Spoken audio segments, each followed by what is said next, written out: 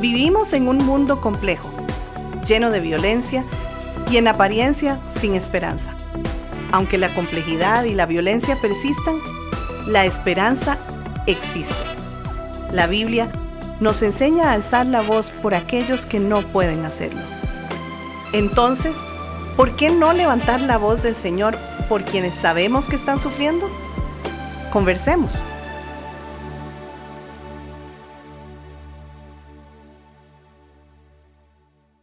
¿Cómo revertir un patrón codependiente? Bueno, como es común en nuestro abordaje ministerial, vamos a iniciar desde identificación y reconocimiento de quienes somos en Cristo, junto con la identificación y reconocimiento del problema para saber cómo confrontarlo. Y hoy, como siempre, me encuentro con mi querido amigo Erwin. ¿Cómo está, mi hermano? ¿Bien? Estoy muy bien, muy contento de continuar ya el tercer programa de lo que es codependencia. Y a pesar de todo, una generalidad, sí, porque lo que pretendemos siempre es incentivar a un tema como este, que es un término pues surgido básicamente a finales de los 70, para seguir pues viendo los problemas relacionales que se pueden desarrollar a nivel de la codependencia. Y hoy queremos darle un énfasis en esta relación codependencia-violencia doméstica. ¿Por dónde empezamos entonces? Pues desde la familia, desde una familia invalidante, es decir, ¿qué es una familia invalidante? La que no valida las expresiones, las opiniones, los aportes, las necesidades de los miembros más vulnerables en ese entorno familiar. Entonces, cuando los sentimientos o perspectivas en este caso de los hijos, son constantemente reprimidos para comodidad de sus padres, ¿verdad? Entonces, esa comodidad se mantiene a expensas del criterio del niño, ¿verdad? Y que ese niño pues va estructurando un rasgo de su personalidad que va a prevalecer en sus próximas relaciones.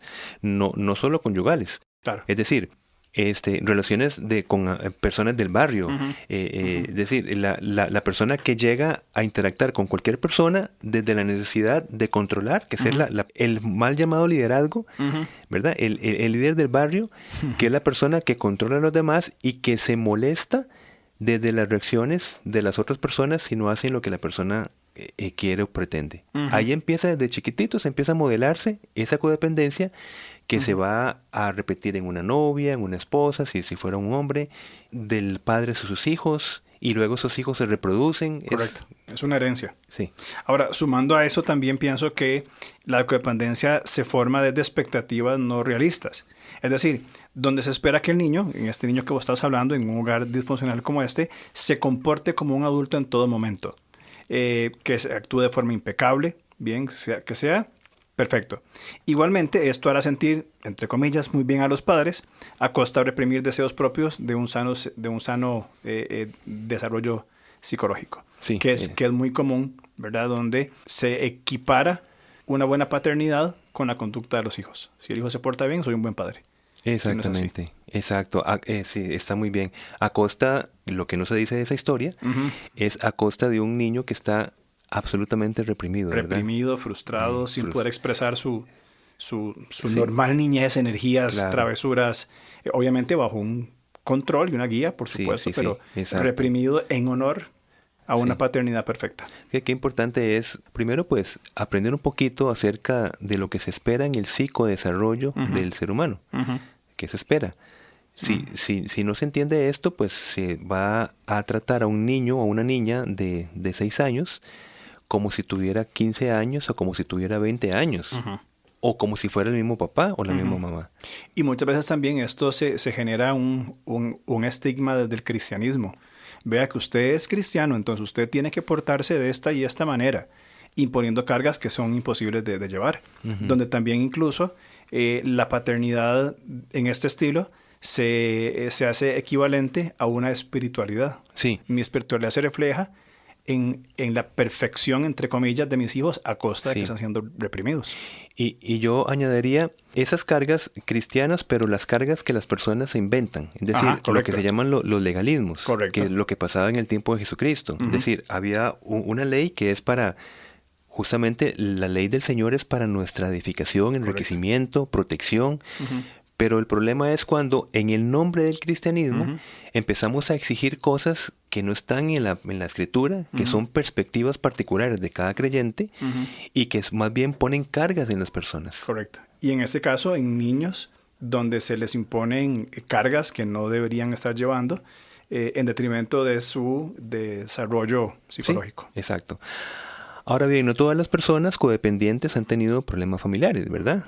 Puede desarrollarse a partir de un matrimonio donde se presenta, por ejemplo, la infidelidad. Pero ya voy a referirme a esto. Se presenta el abandono emocional o el maltrato. No significa que un acto de infidelidad va a desarrollar codependencia. Exacto. Como hemos dicho anteriormente, es la solución que damos ante el problema de la infidelidad. ¿Cómo nosotros resolvemos una situación particular, fuera esta o fuera la otra? Por ejemplo, una dependencia adictiva de psicotrópicos que se descubre en el cónyuge, o el mantenimiento de arrebatos de violencia. ¿Cómo se responde? Si a partir de esto se empieza a responder protegiendo a la otra persona y asumiendo la responsabilidad de los actos que solo esa persona está decidiendo hacer, empieza a desarrollarse un sistema de codependencia. A pesar que la persona venga de una familia saludable, donde la persona pudo expresar sus sentimientos, etcétera, ¿verdad? ¿Vos entendés la codependencia como un mecanismo de defensa? Sí, vieras que sí. Es una buena acotación porque los mecanismos de defensa manifiestan ciertas características que ya se han expresado. Por ejemplo, la racionalización, por ejemplo, la negación. Cuando una persona está negando lo que está pasando, cuando una persona justifica el por qué está ayudando de esa manera a esa persona, entonces esas expresiones dan a entender que la persona está en un mecanismo de defensa. Correcto. Por eso es que digo con cierta seguridad desde mi punto de vista que definitivamente sí es un mecanismo de defensa. Es que ahora que hablaba sobre la infidelidad, pensaba que la persona digamos el controlador o la persona que comienza esto, no sé, estoy asumiendo y quizás usando un poco de mala imaginación, pero es decir, mi esposa me fue infiel, entonces, ¿cómo puedo responder para que me duela menos, para que sea menos complicado, para minimizar las consecuencias? A pesar de que hacer esto es comenzar un ciclo de codependencia y que va a traer más dolor que establecer formas de respuestas bíblicas o límites en el amor firme. Por eso pensaba, si no viene de una familia disfuncional y sucede en un momento, por ejemplo, en su adultez, probablemente se pueda tomar como mecanismo de defensa, queriendo minimizar el dolor y las consecuencias de un acto como este. Claro, sí. El mismo nombre lo sugiere, ¿verdad?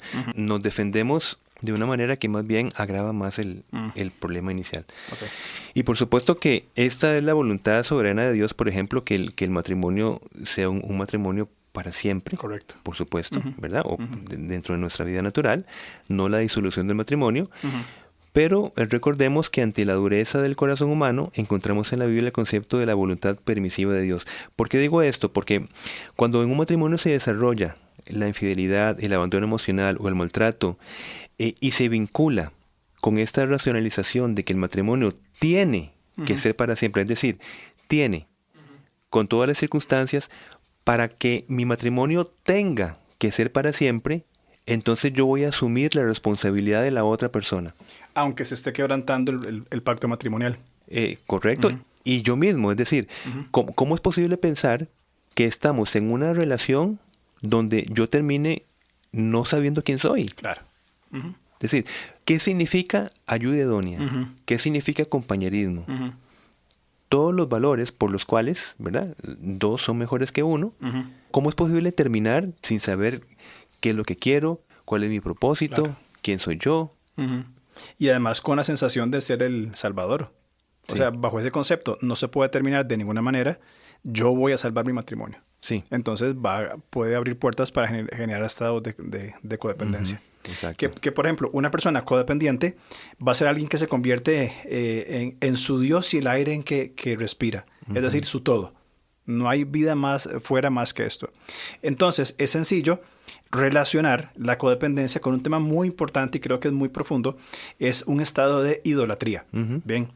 Claramente el Señor estableció límites y límites firmes en contra de la tendencia humana, que es una tendencia en nosotros crear ídolos, por supuesto, a encontrar sentido e identidad en ídolos. Bien, busco mi sentido de vida, busco mi identidad en un ídolo. Por ejemplo, hay un librito, se llama En el altar de la idolatría sexual. Y él lo escribe de un contexto muy complejo que él pasó con su esposa, después conocen de Cristo y son restaurados. Y el énfasis del libro es que la adicción sexual tiene una alta relación con la idolatría del yo, ¿verdad? Uh-huh. Es ególatra. Sí. Entonces, como parte de la recuperación en contra de esta codependencia, es muy importante entender y es esencial aplicar el principio de Proverbios 4:23. En Nueva Versión Internacional dice, sobre toda cosa guardada, guarda tu corazón porque de él mana la vida. Entonces, importante el concepto de un estado de idolatría. Estamos hablando dentro del gran marco de la pregunta que hiciste al principio, uh-huh. ¿Cómo revertir un patrón de codependencia? Uh-huh. Entonces creo que como estamos hablando de, primero, identificar quiénes somos en Cristo e identificar también el problema relacional que tenemos, uh-huh. Estamos identificando y le estamos llamando un nombre a que una esencia de la codependencia es la idolatría, uh-huh. En el sentido de hacer del otro mi Dios y el aire que respiro, claro. Mi todo. Uh-huh. O sea, yo vivo para la otra persona. Como dijimos en el programa anterior, es una adicción relacional. Uh-huh. Entonces, desde ese primer punto, la Escritura nos dice, por sobre todas las cosas, es decir, sobre la persona que tengas al frente inclusive, uh-huh. Cuida tu corazón. Correcto. Entonces, creo que es un punto importante. Ahora, para ser realmente ayuda idónea, que es como la Escritura nos dice en el contexto del matrimonio, es necesario que al cónyuge dependiente, porque el hecho que tengamos un cónyuge dependiente no significa que tengamos ya un problema irremediable en el matrimonio. O sea, cada uno puede asumir ese papel en diferentes circunstancias, uh-huh. ¿verdad? Dentro de nuestra vulnerabilidad, de nuestra naturaleza humana. Uh-huh. Pero entonces, es necesario que al cónyuge dependiente se le proporcionen, ahora sí, y establezcan límites claros y consecuencias firmes. Uh-huh. Y esto, como ha ejemplificado nuestro Señor, forma parte del amor. Correcto. Es decir, es otro punto para poder revertir la codependencia, es entender ampliamente que el amor uh-huh. implica límites, uh-huh. implica consecuencias, si sigue asumiendo unos roles desadaptativos en esa relación. Uh-huh. También es importante entender en este marco que vos enfatizabas muy, muy claramente de cómo responder. Marcar, ¿verdad?, que es muy importante ser conscientes de que de poco va a servir ciertas acciones, digamos, no quiero decir superficiales, pero como el sufrir, llorar, suplicar, con un estado dependiente emocional. Es decir, esas acciones no van a traer mucha solución al asunto. A quien es un dependiente emocional. Correcto, ¿sí? A esa persona que depende, ¿verdad? Emocionalmente del otro. Sí. Entonces, el objetivo, ¿verdad?, a tratar de cómo responder a esto, es la destrucción, y eso es muy importante, de conductas negativas, no de la relación. Exacto. Porque no estamos apelando a que termine, no tiene solución, no tiene fin, ¿verdad? Exacto, sí. Sálgase ya del matrimonio, divórciese. No. Uh-huh. Es destruir las conductas negativas que se generan en esta dinámica y no la relación. Que forma parte de la ayuda idónea. Claro, o sea, exactamente.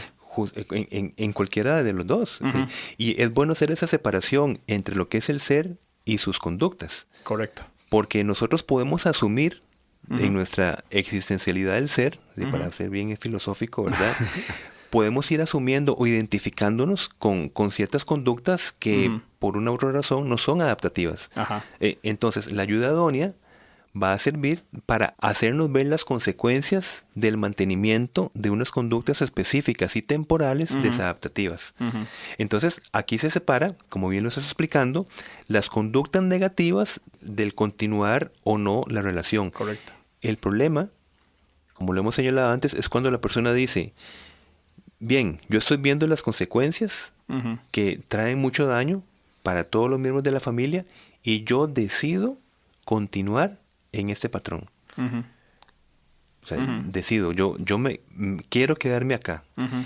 Y para que sigamos manteniéndonos bien, ¿qué te parece si más bien en vez de yo asumir las responsabilidades, las asumes tú? Porque tú eres mi esposa. Claro. O mi esposo. Uh-huh.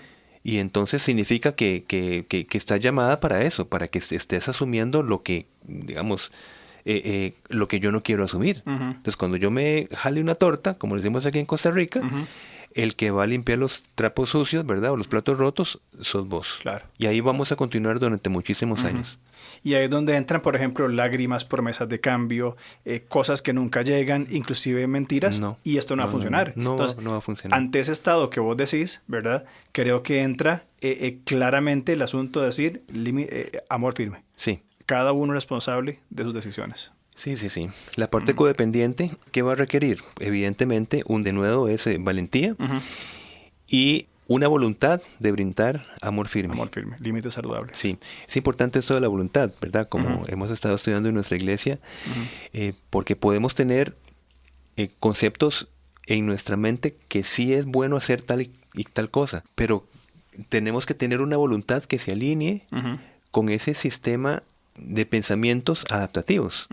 Sí, es decir, yo puedo tener la idea de que algo es bueno, pero no ejerzo la voluntad hacia esos pensamientos para buscar los resultados específicos. Entonces, se tiene que tener la voluntad de amor firme. También en esto que decías, ¿verdad? Del requerir valentía, denuedo, voluntad, amor firme, hay que entender que si ambas partes en la relación no ponen de su acción, de su fuerza, las consecuencias para ambos serán muy altas. Para ambos es importante lo que estás diciendo. Para los ambos, dos sí. va a haber serias consecuencias sobre sí mismos. Ahora, ser creyente en Jesucristo, ser un creyente, un cristiano, no nos exime de reflexionar acerca de la importancia de los límites personales. Se ha confundido esto. Sí. Como soy cristiano, voy a decir que sí a todo. Exactamente. Y voy a ser el buenito en todo y no es así. Ajá. O sea, hay una reflexión de decir, un momento, hay que poner amor firme. Sí. Ahora, estos límites definen dónde terminamos nosotros y dónde comienza la otra persona. Bien, en esta dinámica de la codependencia. Okay, yo, en mi parte, en mi contribución, llego hasta acá. No va a haber más tolerancia de conductas, de situaciones que propicien más ese estado de codependencia. ¿Y cuando llegamos a ese estado? Otra vez, y lo seguimos repitiendo, cuando empezamos a notar que en ese tiempo de acompañamiento, la otra parte no está asumiendo la responsabilidad que debe de asumir. Exactamente. Porque, como te digo, en los tiempos que tenemos de programa es un tema complejo, porque puede uno pensar, bueno, ¿y qué pasa con dar la milla extra, verdad? Y todas estas situaciones, ¿verdad?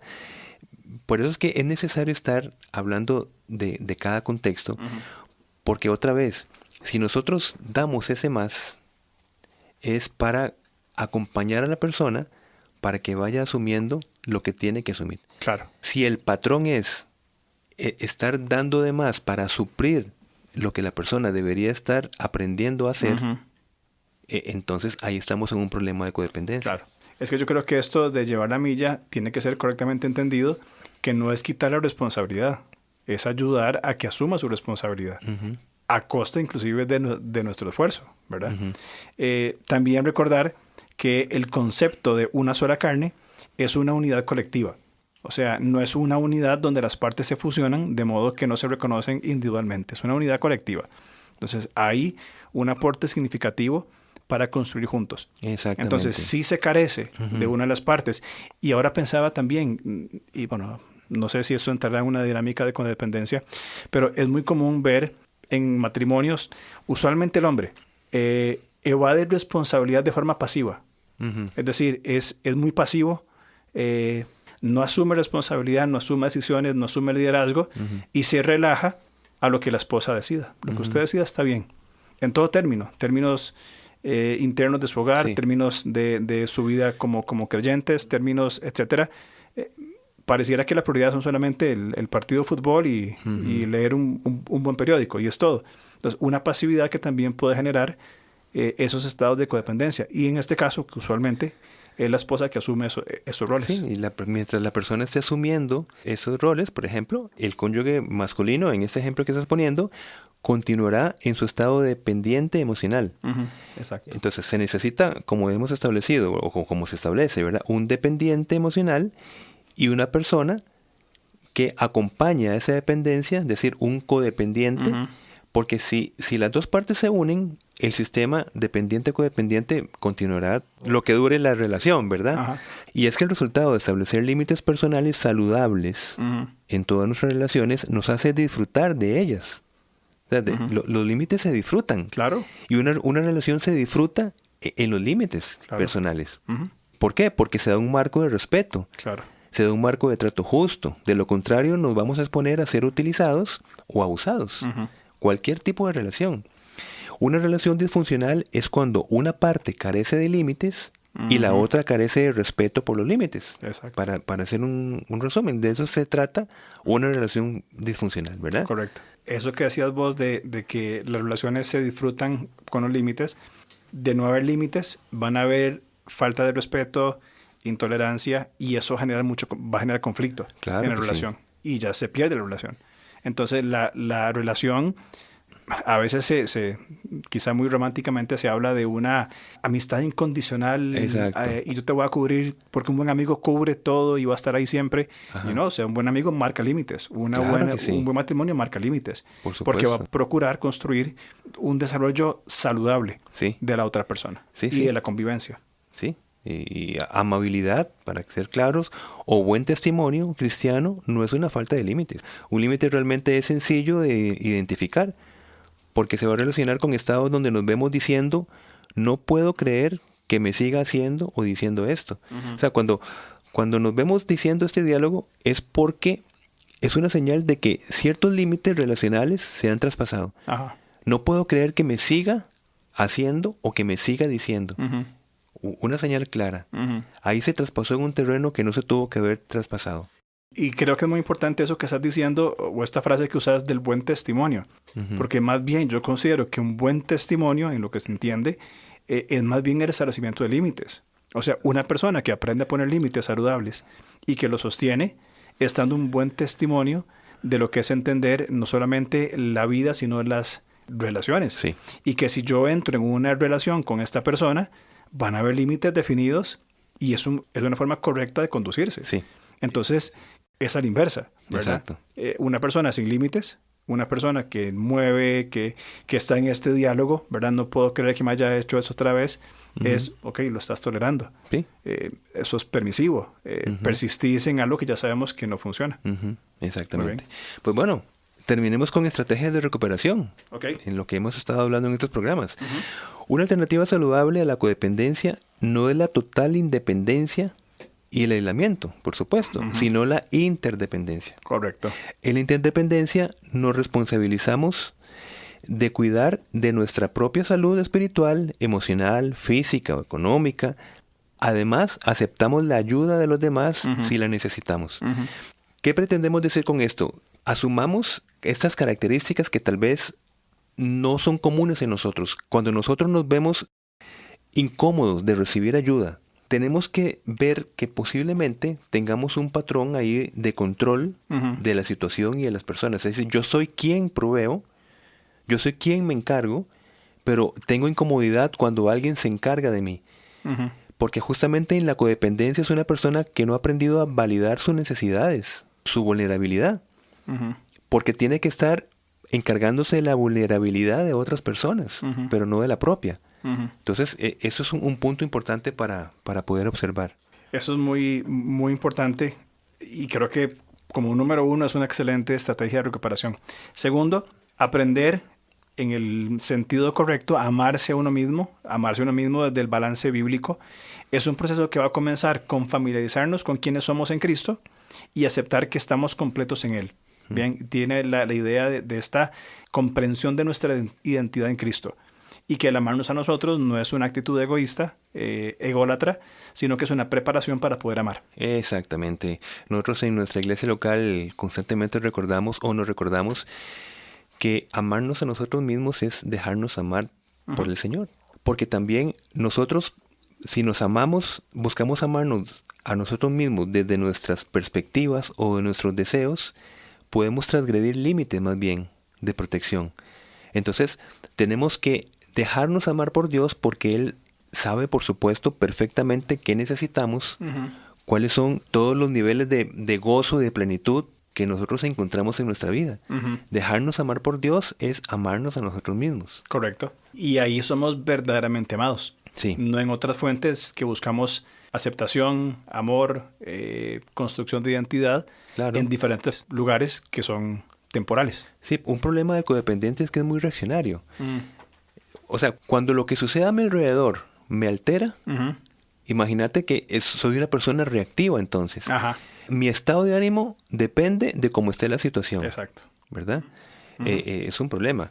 Ahora, una recuperación práctica también puede ser escribir una lista de aquellas formas de comportarnos que consideremos como las que nos llevan a mayores problemas. Por ejemplo, ¿qué es lo que yo hago o procuro y que el resultado es ansiedad, frustración, necesidad de control? Entonces, con la identificación de tales conductas nos va a ayudar a empezar a ver maneras concretas con la sabiduría del Señor para fomentar cambios específicos y puntuales. Por ejemplo, identificar que lo habitual es que diga que sí cuando quiero decir que no. Y cuando yo termino haciendo esa actitud, ¿cómo termino? Vamos a ver, te lo pongo rápido. Quiero decir que sí cuando quiero decir que no. En una actividad. Cuando voy a la actividad, voy refunfuñando por esa actividad. Y luego me convierto como víctima. Me autoconvierto como víctima. ¿Verdad? Me siento como tal y como tal. Pero ¿quién terminó diciendo que sí cuando quiere decir que no? Yo. Exactamente. Entonces dijo que sí, será. ¿Y por qué dije que sí? Porque yo quiero ser el salvador de la situación. Correcto. Si yo no participo de esa situación, nadie más la puede hacer. Totalmente. Y sin mí, no pueden hacerlo. Ajá. Entonces voy a decir que sí. voy a hacer el sacrificio voluntario para que todo esté bien. Pero el momentito, Salvador. ¿qué pasa con mi estado? Mira, ¿Para qué vine? ¿para qué No me vine? gusta, quiero irme ya. Exactamente, Sí, claro. exactamente. Lo más inteligente y lo más maduro es decir, mira, gracias, pero no quiero ir. Y al menos a mí me pasa mucho y lo he aprendido a hacer en esos compromisos sociales, ¿verdad? Han habido en los últimos años cosas que a mí no me gustan mucho, té de canastillas y ahora son mixtos, despedidas de solteros que son mixtos. Y unos amigos nos dijeron, mira, tal día, y digo, yo no voy a ir. ¿Pero cómo? Yo no voy a ir. No fui, ¿verdad? Los amo mucho, tenemos una buena amistad. Y cuando llegó mi esposa, dice, ¿y Alonso? Él te dijo que no iba a venir. Luego me vio y me dice, ¿de verdad no fuiste? Sí, de verdad no fui. A ver, es un ejemplo muy práctico, muy tonto, muy básico. Pero si yo hubiera ido, yo sé que hubiera estado lo que vos decís, refunfuñando, quejándome. Entonces digo, ¿para qué nosotros vamos a entrar cuando la honestidad, la verdad, estar presente significativamente de las maneras prácticas y no cumpliendo? Entonces creo que también es una práctica que al menos es útil.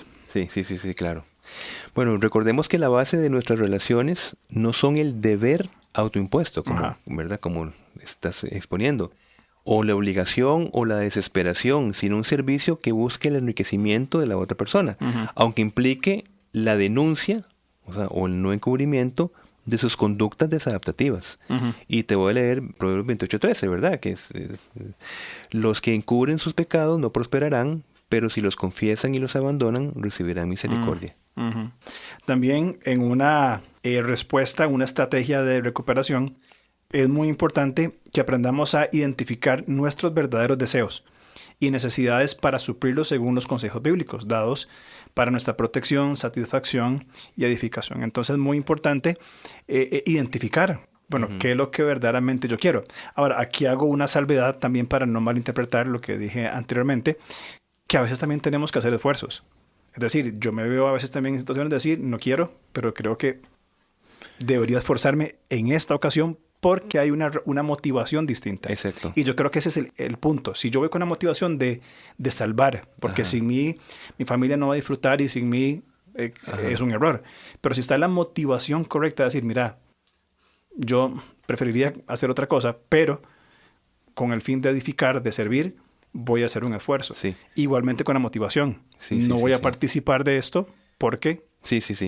Es importante que luego de ese proceso te mires a vos mismo y digas, pues bueno, hice un esfuerzo y a pesar del esfuerzo, mi autoestima no quedó deshecha, ¿verdad? Bueno, y finalmente no nos entrometamos en el papel protector y transformador que solo le compete al Señor. Y es que recordemos que estados como la tristeza, el temor, la angustia, son utilizados por nuestro Dios amoroso para atraernos a Él. O sea, ¿qué quiero decir? Si una persona está pasando por procesos en su vida que le generan tristeza, que le generan angustia, entendamos que es el Señor trabajando en esa persona. Si nosotros asumimos el papel de esa persona para que deje de sufrir las consecuencias de esos actos, por eso nos entrometemos con el plan de Dios para esa persona. Por ejemplo, en el hijo pródigo, nosotros leemos en el versículo 17 que el hijo volvió en sí, luego de que en el versículo 16 se explicara que nadie le daba nada. Entonces, claro, un codependiente siempre quiere estar dando aunque nadie le esté pidiendo que dé.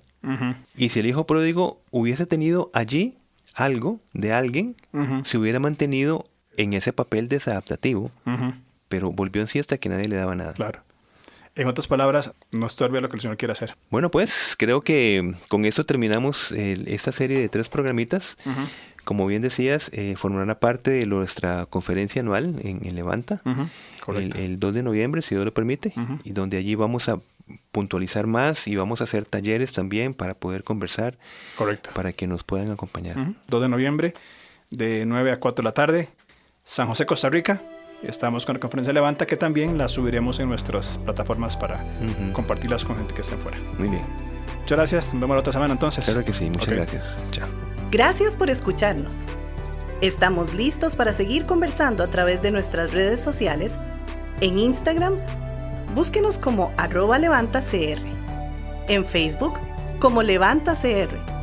O contáctenos al correo alonso@levantacr.org.